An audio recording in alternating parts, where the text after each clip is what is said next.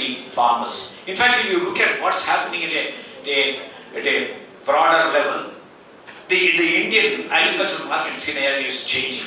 In fact, we find, if you take the per capita consumption of agricultural commodities, we find per capita consumption of food grains, etc. is on the decline. Per capita consumption of milk, meat, fish, fruits and vegetables on the increase. That means there is a demand shift. I just want to say, we have to produce what the market wants, and we will have to meet what the demands of the consumers. In this direction, I just want to say, there's a big transformation going on in the Indian agriculture sector. Suddenly, you go and ask any farmer, they're ready to produce, but the question they ask is where to sell, when to sell, how to sell, so that they realize higher returns. And also the biggest problem faced by the farmer, the Indian farmers is, you just look at the very fact. They buy their commodities at the retail market at a high prices. The retail prices are generally high. They sell their commodities in the mandis at the wholesale price. So imagine the kind of margin which never occurs to the farmers. In fact, the main thrust is how to bring this margin and reappropriate to the producers. This is the biggest challenge. That is where the market interventions, market support, and value addition, etc. We have been talking since morning in a different sense. I am very happy. Even Nimbalkar presented how market is important and marketing arrangements has to come in a different manner. Well, next one, please. Well, please, I just mentioned this. Well, I'm concentrating mainly on the fourth thing. I'm not going to elaborate because of the time. If you really look at the linking of the farmers to markets, one is the food processing and the food parks which people touch. This is very important. For example, the producers have backward integration so that the farmers produce are aggregated. For example, friends, these days all over the world, the aggregation model is working. Even if you see the Uber model or any commodity model, even in the agriculture, but even the Reliance, etc., they have come into the retailing. They aggregate the commodities, and this is where the actual problem lies, because the aggregation involves, because you have to aggregate a lot of diversified products which are not uniform. That's where the problem comes in. And when you take fruits and vegetable aggregation, there are so many fruits, there are so many vegetables. Aggregation is a big problem. That's what the processors face. And that's why they go for the backward integration so that they will have the right material at the right time and at the right price. Then of course the organized retailing, and we have seen that some of the organized retailing, even people like Reliance, Big Basket, many organized players, even the cooperatives. For example, Dr. Mahesh was the managing director of the Hopcars, even a cooperative. For example, even in Maharashtra, the Mahagrapes, the Mahamango are all very successful because you find a lot of organized players and they supply to the organized retailers. Then the establishment of the National Agriculture Market, this was also touched, ENAM. Well, this is a very good move, but it will take long time. Because you may ask, why the agricultural commodities are not sold in the e-markets? You go to any of the Flipkart or Amazon.com, etc. Why the e-market in agricultural commodity doesn't work? Mainly because of two things. One, our agricultural commodities are not, with assay. That means there is no proper grading and standardization. For example, a person sitting at Delhi, he cannot go for a rice sold in Bangalore because they are not assayed. We use the right word. That means that the proper grades and grade standards and the grading and sorting is not there. The second is, if you want you see the Amazon model. They aggregate, they distribute, and they have a proper warehouse system is there. There's a clear warehouse system. Without the proper warehousing, you cannot do the e-marketing. That's the major problem we find. e-Norm, which has been started from the last 2 years. The e-Norm is a very good concept. I have been a person associated with it, in the beginning, and I see even this happens even after 10 years is a great success in this country. So that the markets all over the country is unified. So we will have a single market. It's a good dream. It's achievable, and with the ICT support given by even the farmers are able to sell. For example, if you open up the Amazon.com, I see only Tilda rice is being sold. But if it happens, if you have a proper grades and the consumers can get the produce, you see the benefit that is reaching to the producers. The other one is the warehouse and logistic parts. This is also an example. The great thing that has happened in this country is, opening the warehouse to the private sector. There is a warehouse receipt, which is a negotiable instrument. Once you have the warehouse receipts, you can trade the commodities without physical exchange of the commodities. If the warehouse is in the name of X, it can be transferred because it's treated as a negotiable instrument. But the problem is, this is not very popular among farmers. Only the traders are taking the benefit. Then of course the contract farming, the contract farming has been successful and highly successful in milk, and also great success in poultry. We have seen Subuna, Venkateswara, etc. practicing very high level of vertical integration through contract farming. Why not more commodities? But then the virtual markets. The virtual markets in this country is still yet to take off. That's why the agricultural markets, whatever ICT application, I would say the ICT application in agricultural marketing is very low. That's the very reason that our agricultural marketing, the access to market and also the market is not really expanding. For example, if there is a commodity, in the Nagpur market, it cannot be easily moved to the other markets where the prices are high, unless we have these arrangements. Next one, please. Well, friends, this is what I was just wanted to say. If you look the dynamics and fast-changing agricultural food system, except the farm size, others are big. Only the farm size is, the average farm size in India is 1.53 hectares. But you look at the aggregators, processors, etc., they are huge. Even if you see the warehouses, etc., the operation is big. But it is required. Without the scale, you cannot operate. Because your establishment cost will be very high. With the scale, the cost of operation will come down. The market become efficient. The next one, please. Well, the food processing, next one, please. Of course, please go ahead. Next one. Then go ahead. For example, this is what I just want to say. See, for example, you find a lot of supermarkets coming in, what you call as the food retail chains. In fact, I had an opportunity to see when I was working with the International Food Policy Research Institute, how this is emerging in about 8 countries. And we expected that these food retail chains to have backward integration of the farmers, so that they create an alternative marketing channel, and because of the competition, the farmers get good price. But this is not really happening in India because. One more thing. Okay, sir, I'll end up. Please go ahead. That's why, friends, I just want to conclude. Come to the last slide. For example, go ahead. Yeah. Well, friends, I just said how this, for example, next, please. Yeah. Yes. Well, friends, I gave some example of how the farmers can be linked to markets. In fact, in the 12th plan when we formulated, we just thought that the regulated market system in this country is not really working out. The Agricultural Produce Market Committee, what you call as the mandis, is really not working out. In fact, most of the studies have shown the total cost of marketing works to around 16%. So the thrust was to create alternate viable marketing channels so that the farmers can choose and the markets can be efficient, and all the benefits of this, the beneficiaries are disciplined. We always say, for example, remove the middleman. It's a very foolish one. You cannot remove the middleman. We must only discipline the middleman, because it's the middleman who expand the market. Farmers cannot do it. Well, friends, I just close saying that when you think about the linking of the farmers to the markets, where we have various alternatives, the system should be inclusive. What I say is the small farmers should be part of the business model. Second is there should be high level of competitiveness. When there are many players in the market, there will be fair amount of competition, which relay, for example, when there is a competition, the price and output will be optimal. Third is it should be sustainable model.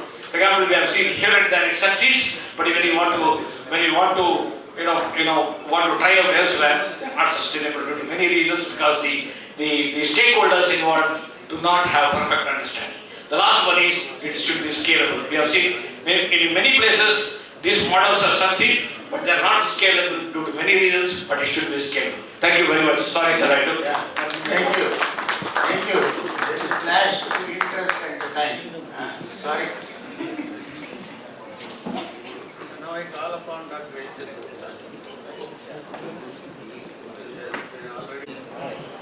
Only because constraints.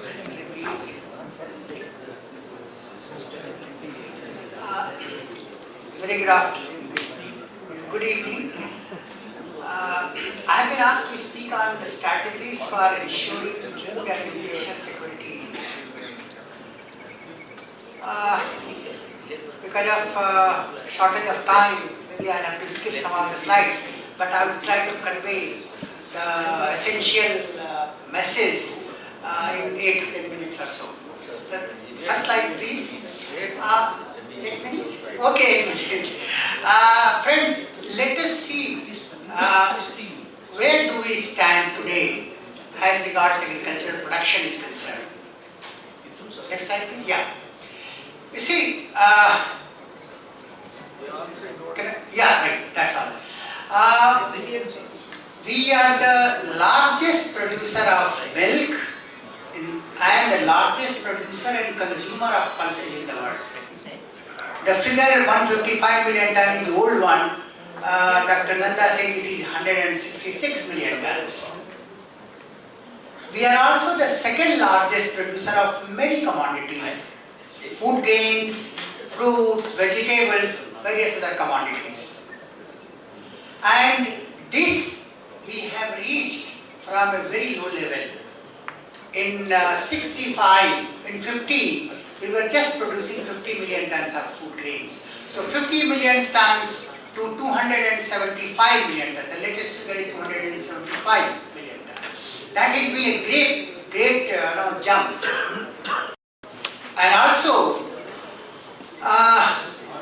we must not forget that we have only 4.2% of world's water and 2.4% of global land available. And we have to feed, and we are feeding 17% of the world human population and supporting 11% of world's livestock. So we are already doing a great job. And as I said in the last session, the last 50 years have been really a great accomplishment. Next one, please. This slide shows the food grain production from 50 million tons to 275 million tons. Next one. And can you go back? And you see the area from 19 marker. Laser pointed. Okay, never mind. All right. So if you see the area cultivated is 142 million tons, million hectare from 70 onwards, and the area has remained the same. Production and productivity has gone up. Next one. If you see the food grain availability, in 60-65 we were able to provide 450 grams or so, but we were importing 10 million tons of food grain. Today we have a per capita availability of 550 grams and we are exporting. We are not importing. Next one, please. Let's see what is the situation in horticulture. The next slide shows you the situation there. Next one, please.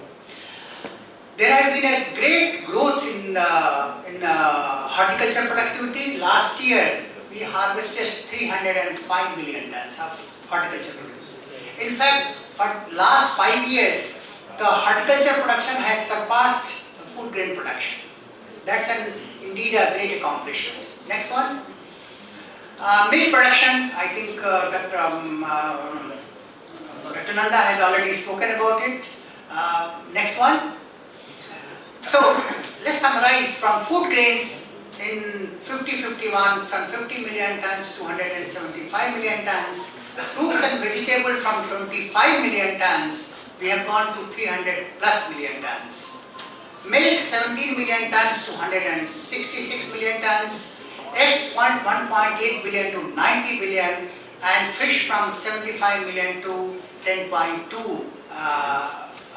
million ton. The average growth increase has been 4 to 20 times. Next one, please. What has been the region of success? If you see, there was a free flow of material and information both. Today, in the era of patent, nobody wants to spare his germplasm. Imagine if the dwarf varieties of wheat or rice were not shared by other countries, what would have happened to us, to our agriculture? Therefore, see the free flow of material and information, we need to find out how to ensure that still good materials we can get in, and we can send out. Adoption of high-yielding variety or modern variety and joint effort of polity, bureaucracy, scientific community and farmers. Okay, next one. There has been unprecedented growth, increase in agricultural production, higher income growth, reduced poverty, life expectancy has increased. Next one. But, so we have been able to provide adequate quantity. When you look at quality today, what matters is what we eat, not how much we eat. Next one. And because of that, there has been a malnutrition. If you see, almost around 40 to 45% of our school-going children are undernourished, malnourished. Next one. Every third child born in the country is underweight.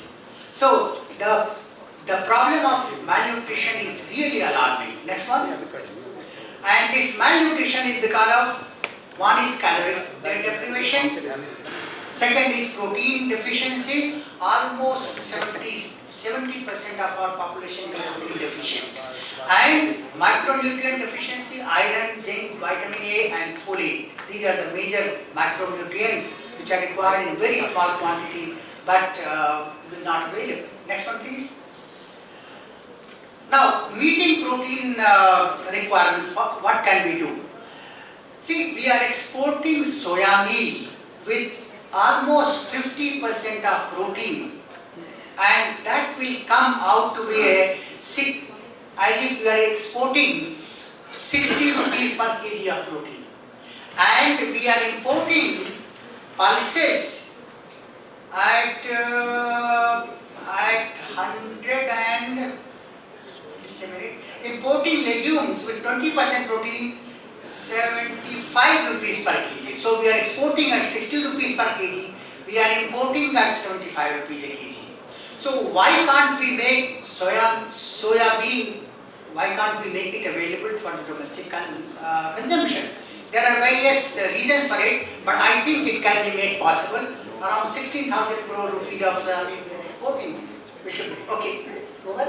Okay, I'll try to finish up. Next one please. So protein is that one.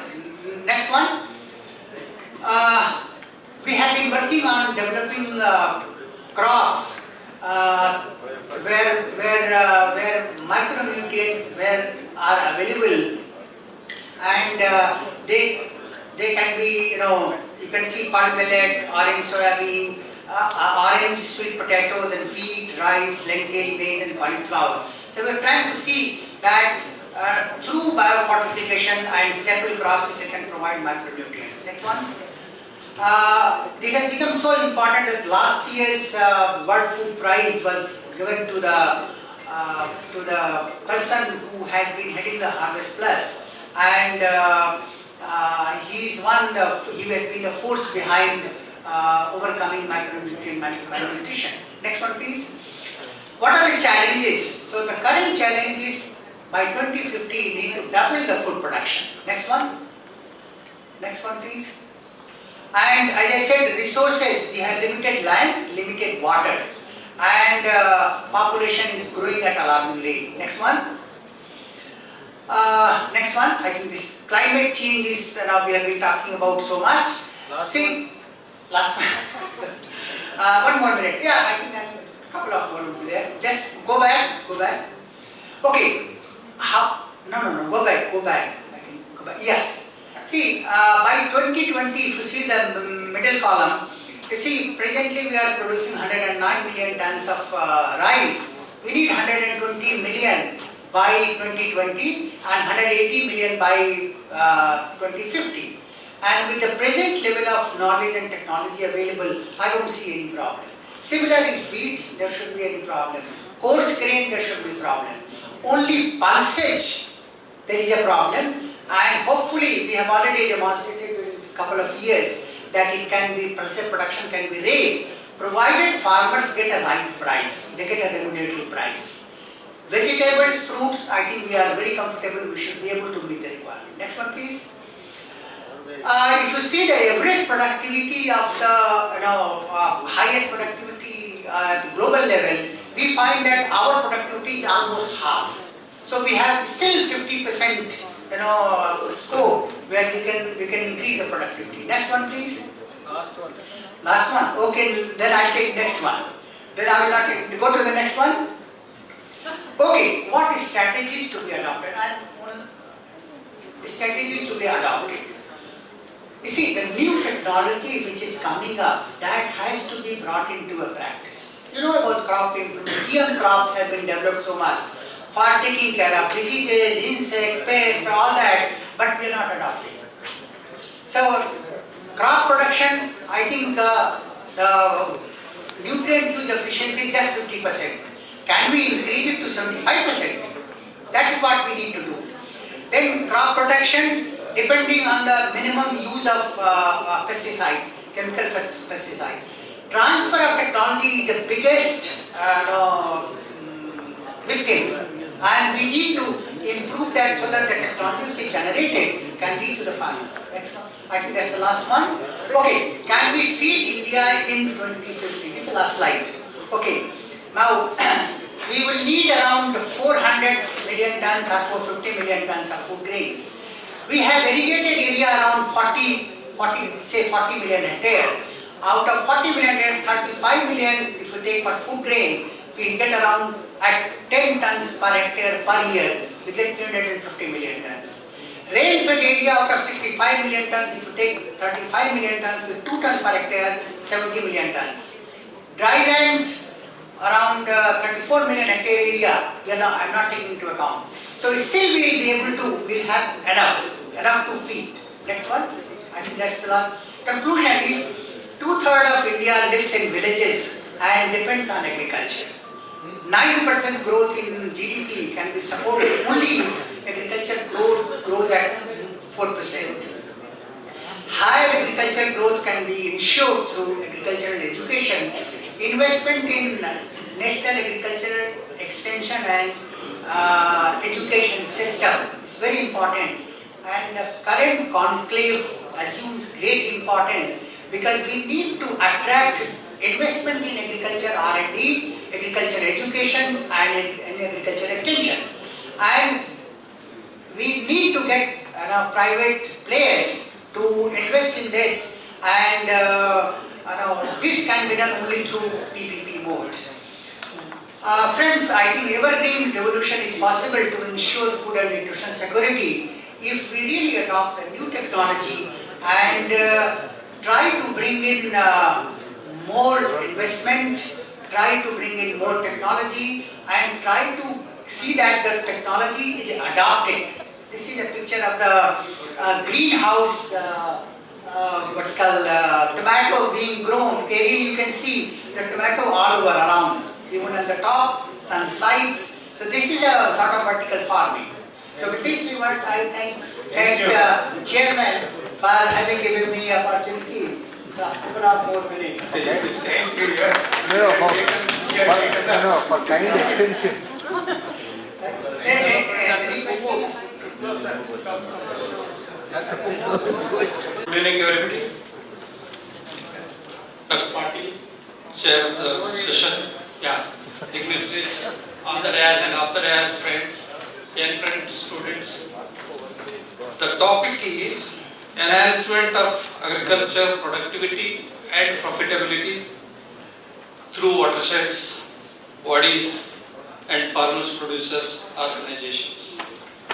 The last one slide of Guptaji was technology for the rain-fed areas. If you move in the villages, every farmer asks you, give us water, I will produce. But is it possible for you to give water to him? You can't think of irrigation for every acre of the country. That's why it is better that we adopt watershed technology to the rain-fed areas. Though successfully watersheds have been implemented and shown state governments are still not convinced of adopting this. Though integrated watershed management program was adopted by the Government of India, they are yet to provide the funds for the projects sanctioned in the year 2009-10 and 10-11. This is the recommendation is that state governments must adopt this as a budgetary provision project. Everybody talks about budget for irrigation. Why don't you put what rainfed areas also on the same footing and provide the budget, state budget for watershed development in the rainfed areas? That should be one of the recommendations. That is how where we can improve the productivity of the rainfed areas, and where the small and marginal farmers, millet growers, pulses, oilseed growers are there, their incomes can be improved. Similarly, though watershed products are there, I would request the ICR system and the agriculture university systems to study them and validate them, because they are now being done by implementing agencies who are not scientists, and validate that one and propagate through the Kisan channel and whatever other media is available to us, so that it can go to the farmers. In Maharashtra there is a Pani Foundation. Amir Khan started this after his Satyameva Jayate program success. He has been able to motivate people to voluntarily come forward and adopt watershed technology, and whereby people are able to improve the yields. Second aspect I was mentioning about the wadis. Wadi is a small orchard. They can be raised in rainfed areas where wadi farmer can continue to grow the crop, annual crop what he was taking earlier, incorporating a locally suitable horticulture crop, and this field is all around is protected by planting forest species. In the fourth year, orchard starts giving yield. Tremendous improvement in the farmer's income. Productivity of the land goes up like anything. This is the way we can think of increasing the yields of the farmers. This can also be taught in the agriculture college, horticulture college, forestry colleges. These wadis can be very easily implemented by convergence mode by all the state governments concerned.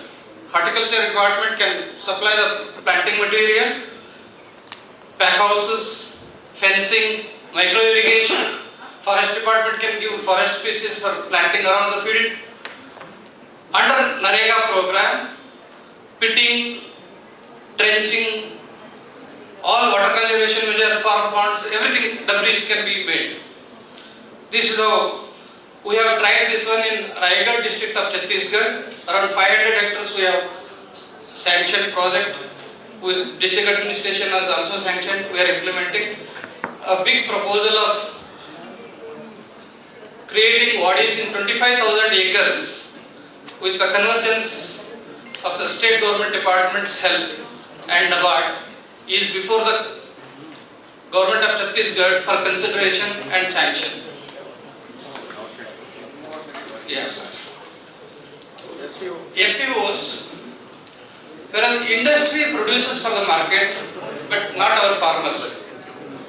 Until and unless we orient our farmers to produce for the market, it is difficult. We are taught in college that you produce, you can market, but somehow our farmers are dependent on government for marketing. FAO is a system where farmers themselves create their own organization through which they market their produce. This has been shown with the help of Government of India, 200 crores. Since 1914-15, NABARD has assisted 2,200 farmers producer organizations in the country. Many other government programs under RKVY and other programs, they have probably equal or more number of FEOs. These can be treated as pilots. ICR system and universities can study them, how these systems are working. Can they be upscaled? Unless an FEO generates a business of around 15 to 20 crores, it may be very difficult for them to survive in the midst of middlemen and the vested interests. Just. Yes, yeah, just. Since agriculture markets are not perfect and farmers are not able to get good price, everybody is looking to the government for MSP. Now, for the government, it should create large number of procuring centers. Unless they create that, it will be very difficult for the farmers to sell at the minimum support price. Now, can the farmer get MSP? Net of all the charges he is made to pay now, commission, taxes, weightage loss, everything. Or whether we can bring a law prohibiting purchase of agriculture commodities less than MSP. Nobody, neither the private traders nor the government agencies should procure below MSP. Just like Minimum Wages Act, bring it to the same footing and enforce it very strictly so that farmers can get better prices. There may be a hue and cry telling that it will lead to inflation. Many things happen everywhere, every policy, decisions, tax proposals create inflation. If it is creating inflation for giving better price to the farmer, why not we do it? Take the risk. Friends, production के लिए agriculture department, marketing के लिए there should be on the equal footing agriculture marketing departments of the state governments. This is not happening. We are neglecting that one. This need to be done. At present, APMCs are just managed by the marketing department. Why don't they promote FEOs then, farmer producer organizations? Go for processing units. Unless we are able to take out the labor at present dependent on agriculture, which is 47%, whereas contribution of GDP is 13%. I believe that percentage of people dependent on agriculture should be equal to the agriculture's contribution to GDP. If it is 13%, ideally in India only 13% of the farmers workforce should be in agriculture, not 47%. How to bring this one? Can we transform this agriculture, which is now human capital highly intensive, by bringing them those people out of agriculture, but manufacturing is not there to support. Now, can we make the non-farm sector activities still dependent on agriculture produce? Can we go for farm level processing, FEO level processing, community level processing? I had an example of a friend, farmer in Bilaspur, Chhattisgarh.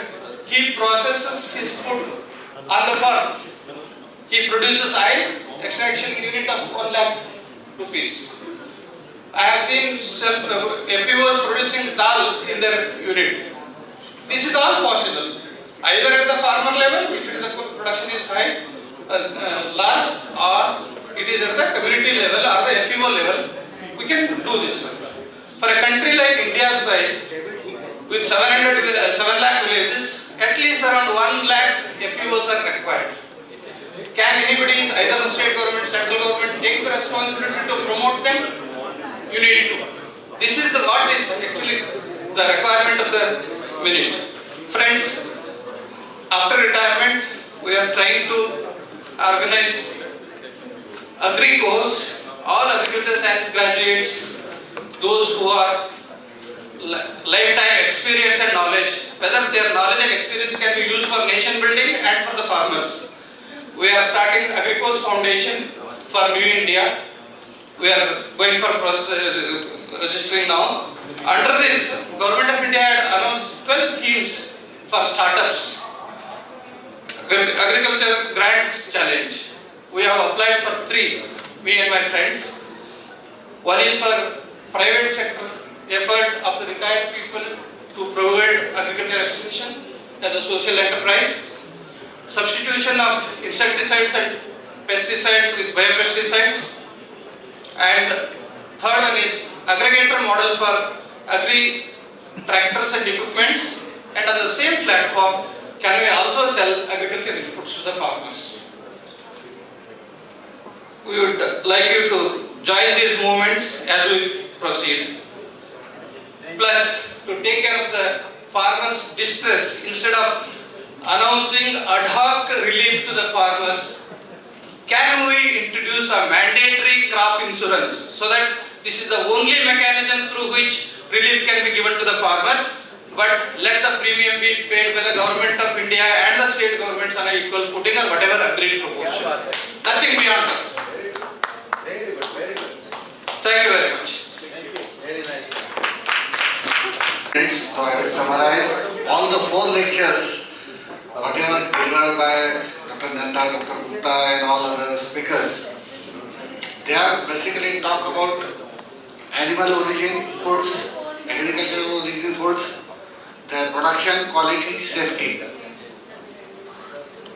In my opinion, what they have summarized is we are producing sufficiently, number one. But the next 10 years will be of food quality. Then only you will get better market in the price. Number one, to increase the farmer's income, he should be aware about the quality of foods, how to produce it. Second is, he has to change his commodity into a brand product. Then only he will get the good market in the price. Third is the post-harvest technology, wherein the losses, what he is doing, should be reduced so that he will get a better price of his commodity or product. Either animal origin slaughterhouse waste byproduct or agricultural waste product. That has to be changed into the product which can be utilized either in the feed of the animal or as a biofertilizer production. So that is 4 point. And if there is a buyer, there is a quality production also. I can give you a few examples in India. Somebody talk about what we are eating. Basically because of the lack of education up to that level to the farmers, they are not aware about how to produce. There are multinational companies which are coming in India. Why they are coming in India? They know that there is a market. When there is a market, who are the suppliers to this multinational company? I will give you a few examples of McDonald's, Pizza Hut, Burger King and so on. Why they are coming to India? Because there is a market. Who is supplying to these people? Their standards are globally same. What they are marketing in USA, burger, the same burger of the same quality they marketing in India. So who is the supplier to this Burger King? Is the Indian farmer. Whether it is an animal product, whether it is an agricultural product. Means we can produce a quality food.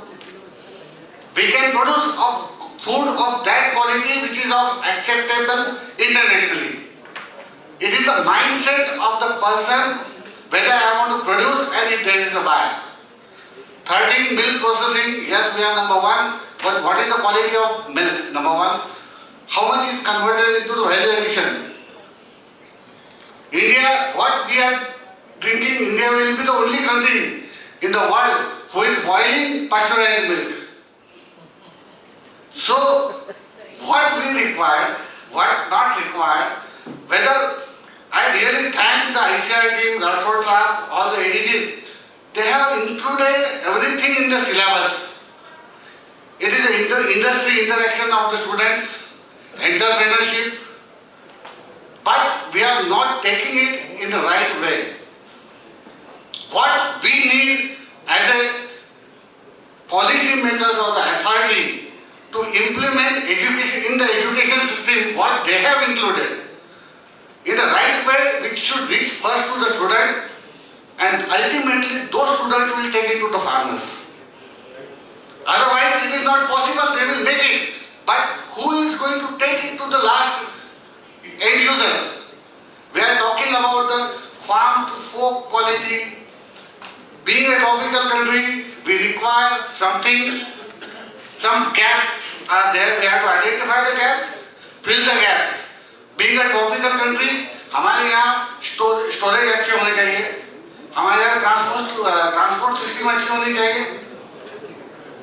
So we can produce quality, we are number 1 in milk, we are number 5 in goat, we are number 6 in egg production. But the quality does matter in next 10 years. Everybody has contributed. Thank you very much. I don't have much time. Thanks. Thank you, sir. I will take just 2 minutes. Just I found that our society is so paradoxical that we are talking about the productivity, and my teacher, Dr. Nimbalkar sir, just took us to a lineage of our agriculture. So I just remembered one shloka from Bhagavad Gita that Annat bhavati bhutani parjanyat anna sambhava यज्ञात भवति पर्जन्यो यज्ञ कर्म संभवा. महाभारत के युद्ध में भी भगवान श्री कृष्ण अर्जुन को बोलते हैं कि हमारी जो पॉपुलेशन है इसको हमें खिलाना पिलाना है, तो हमें सिर्फ बारिश का पानी जमीन में कैसे उसको कंजर्व करें उसके लिए ध्यान देना चाहिए.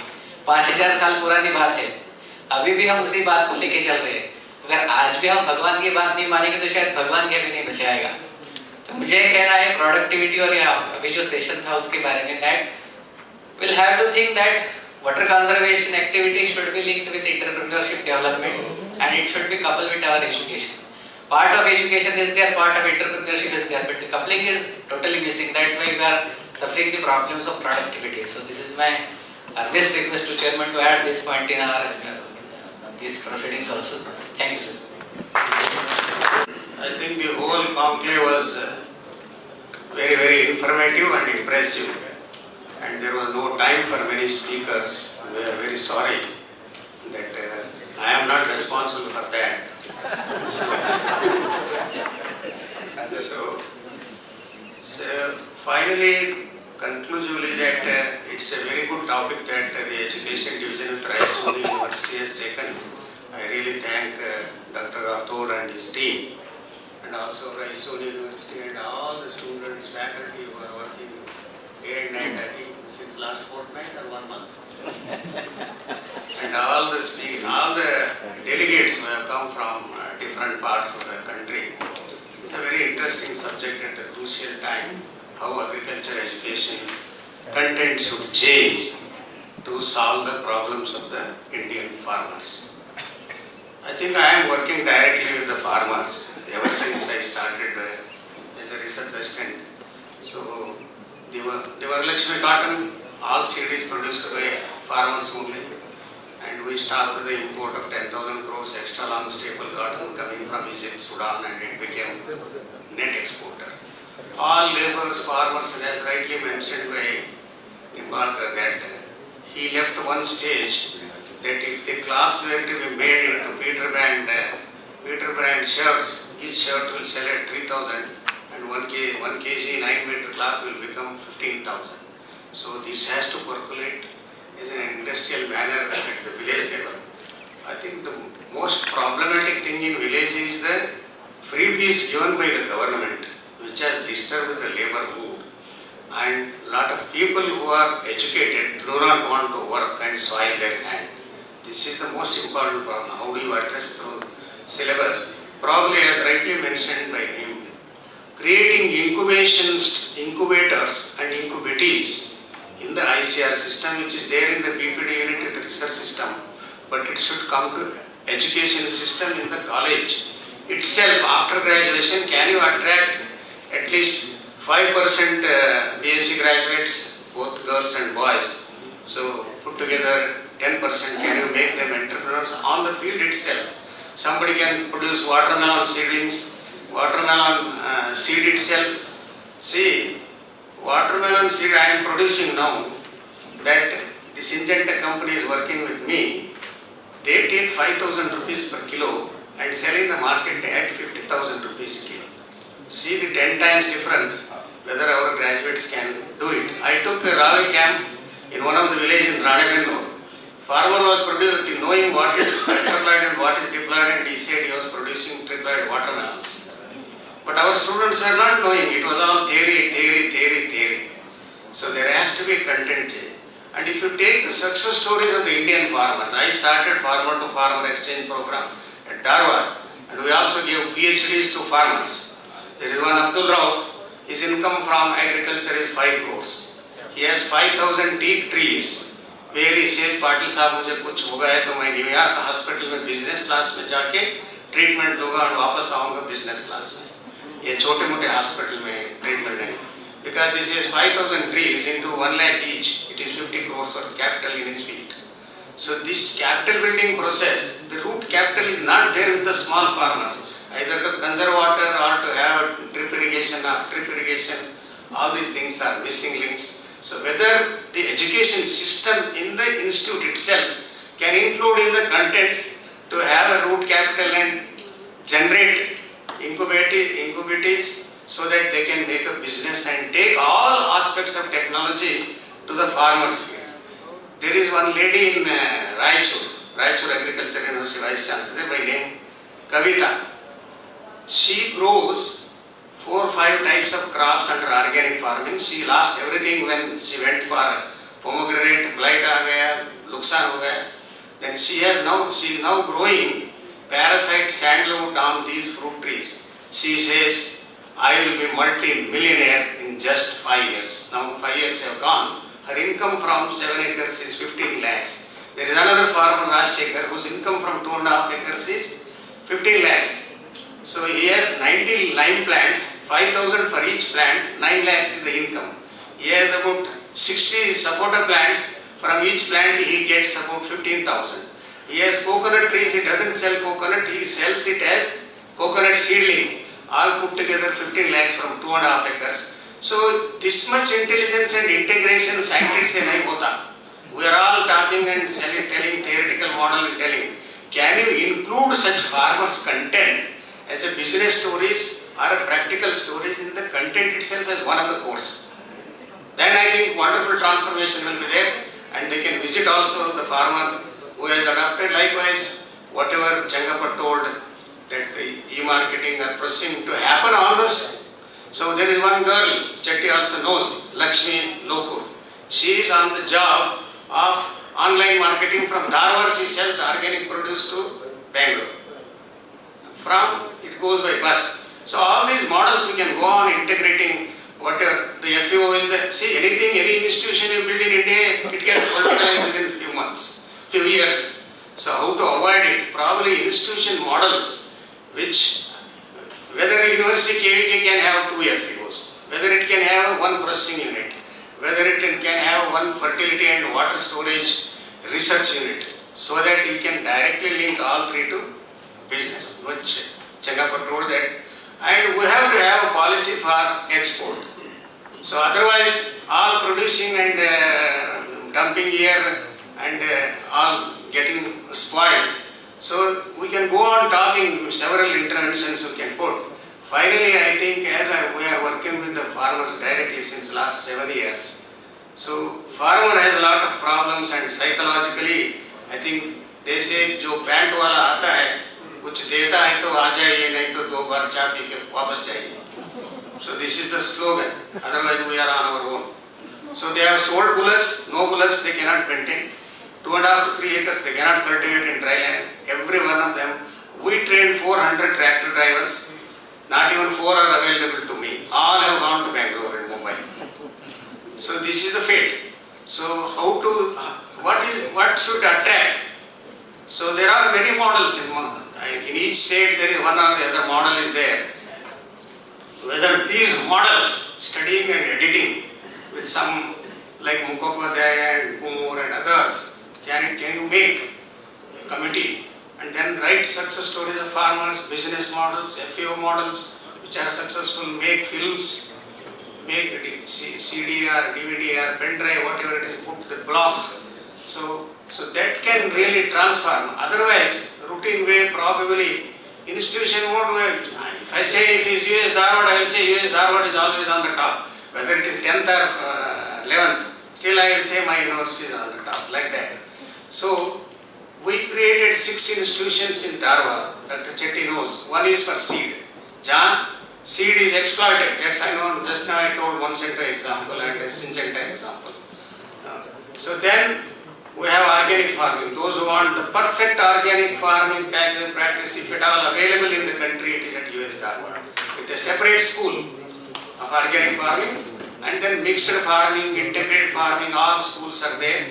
Finally, we have highest lab of biotechnology, high-tech horticulture, then high-tech nutrition and textile units, then all converged into one big building called Agri-Business Knowledge Network Center. It is a model to the country, and our turnover in the university system, both from university and other, somewhere from seed only we earn 25 crores and rest revolving fund, scientist-based production programs, 25 crores. So that means there has to be business models within the education with incubation facilities. You can put like scholarship, you can put about 10 crores for incubation. And each university 4 or 5 students, 2 3 girls and 2 3 boys you can put on this thing. Let them go for tissue culture, let them go for mushroom, let them go whatever activity. There is one Morocco Foundation in Rajasthan. Anybody from Rajasthan here? Yeah, you are there. My friend Mukesh Gupta is there. Yeah. See, they pull the vermicompost and they are giving the sets of vermicompost, and today the turnover of that is 1,000 crores. It is like a FU only. So, and as you know that Multiplex has come out with a brand of organic fertilizer. It is in the international market, 1,000 crores. Basuraj, our own student from Dharwad, has a biotechnology product. He has brought tablets of plant protection. If tablet लेके bucket में डाल दे, it will multiply into organisms. The next day he can spray into dilution. So things are happening, but they are not in our textbook. So content revision has to be regional oriented. 30% they are given, but still. So when Third Dean's committee was being discussed at Hyderabad, when Mehta was there, the Punjab Agriculture University director or dean said, मुझे तो 30 credit tractor को चाहिए, आप economics वगैरह तुम पढ़ो बोला. So I want 30 credits for tractors only. He is right. As Punjab and Haryana, it is only tractor. So all mechanisms of tractor. Likewise, the regional people. So if it is Karnataka, Hyderabad, seed production is the hub. So we have commercially saleable products we have also to generate in the university system, but not, let there be 15-20% people who can go to academics. But however, unless we create a hub of really, there is one Sarepati in Maharashtra, 100 acres polyhouse. I was the first to give him the IRI award. 100-acre polyhouse, and his total turnover net profit is 25 crores, and he has 10 polyhouses changed from rose to a grass which is hybrid between garlic and onion. It has both the taste. वो इतना पत्ता लेके थोड़ा डाल दिए तो all taste, and he is sending concentrate to Japan and earning 10 crores from only 5 polyhouses. So many things are available, but they are not in the contents. We really have, I think Balraj is here. Yeah, protected cultivation, 10 acres Israel model technology in IRI. Then he has specialized irrigation, then covering polythene. So from this gravitational irrigation by Syntex tank, they were able to produce about 25 to 30 tons of squash, then ash board, and make about 50 to 60,000 net profit from offering. This is not a drip irrigation high tech. This is only a gravitational irrigation. He did that model in Spice Research Center also. There intercropping, intermixing, and then we went there and studied. So there are several models, but there is nobody to pool them and put in the contents. The content is changing. Has to be a continuous process to suit to the model of crop. And each university is regionally located, they can change their contents. With this background, I think we are sure, as rightly mentioned by Dr. Gupta, we can produce more food, more meat, more milk, more fruits, more nutraceuticals, more nutrients. My son is in USA as a neurosurgeon. He says, in the next generation, people will not sit on the table and eat. They will only consume tablets in the form of nutrients. That will be the lifestyle in future because they want more time for other things, not the enjoyment like what our generation is doing. With this speed of life, I think we have to think. And content changing, I think Dr. Chetty is there, you are there to suit to local situation with the global knowledge, global experience, Indian experience can become major content. 1 or 2 courses can be reserved for them. Thank you very much. I thank especially Dr. Rathod, Chetty. Because of Chetty only I came here, otherwise I have to go to USA after 2 days. So tomorrow also we have to spend, though there is no work at Raisoni University, because you attracted us, we have to see your university. So thank you very much, thanks to all. Thank you very much, sir. I thank the chairman, co-chairman and the rapporteurs of this technical session 3. With this, we are completing the technical sessions. We had promised in the morning that there will be some question answer session. I request Dr. Chahal sir to come on to the dais to take some questions. My request is, whatever the questions you have, first raise the questions. We take the questions and the answers will be at the end of the question answer session. Once the answer session starts, then questions will not be entertained. If you have questions, you first, because otherwise it goes on like that. And we have a very limited time, precisely 15 minutes, not more than 15 minutes. Because the music team has already arrived, they need at least about 45 minutes to set up the stage for entertaining all of us after the days-long hectic schedule whole day. So whatever the questions are there, I will take the questions, sir. Please, if there are questions. And one more announcement I wanted to make. I request all the speakers of all the sessions to provide the write-up of 5 to 6 pages of their talk. It is not the PowerPoint presentation. Maybe you can include graphs, figures and tables, but I request them to provide the write-up of the topic on which they spoke, because the university is interested in bringing out a book on this conclave, and it is going to be useful to most of the people who are not even attending this conclave. So this, I request all the speakers to spare, and I also request the chairman of each session to give a write-up on the topic, the theme areas of the theme area on which they were chairing the session. There are 2 things. Sometimes the chairman and the speaker both are there. The topic is something different, and the chairman is supposed to write on the theme area. I request all of them, and maybe you can take about 2 to 3 weeks time, and you can send a soft copy either to me or to Mrinalini from Raisoni University. We will bring out in the form of a book. So this is a request, and please don't expect us to remind you time and again, so that we want to bring it as quickly as possible. Thank you very much. Hard pressed for time, and only 15 minutes we have snatched for question answer session. And without wasting any time, I shall request 1 or 2 questions with respect to first session, that was on status and scope of human capital requirement in agriculture and life sciences. Just 1 or 2 questions, please. Answers. This is not a question, it's just a request. Because in this forums, it's just a general request that we can also involve the students.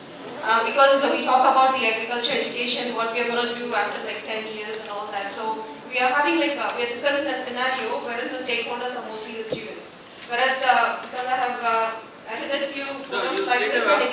You state away questions, okay. no lectures, Okay. only questions. Yeah, it's just that we can involve the students, we can have a session with the students what they expect out of this agriculture education or JEE agriculture. In terms of education, we can hear from them. Involve the students in decisions. That is the question. I request to be very precise questions, not the lecture. Any question to pertain to this session? More? Okay, there is no. Yes, please. Yes. So in traditional university, in University of Mumbai, we experimented that one of the course